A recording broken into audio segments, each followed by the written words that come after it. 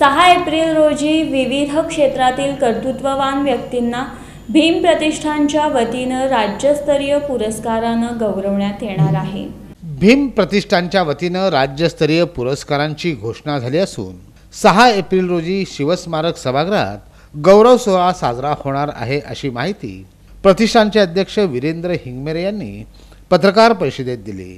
विविध क्षेत्रातील कर्तृत्ववान व्यक्तींना भीम प्रतिष्ठानच्या वतीनं पुरस्कारानं सन्मानित करण्यात येत असतं असंही ते म्हणाले। भीम प्रतिष्ठान पुरस्काराचे मानकरी शिवाजी पांडुरंग भनकडे शैक्षणिक सेवा पुरस्कारांनी सन्मानित करण्यात येणार आहे।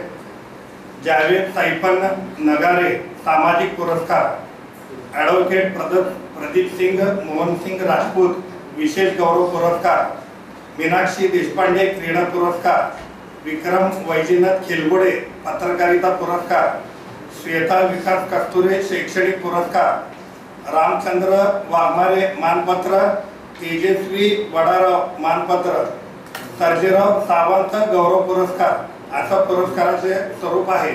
पुरस्कारामध्ये ट्रॉफी, प्रमाणपत्र, शाल, श्रीफळ असं देण्यात येणार आहे।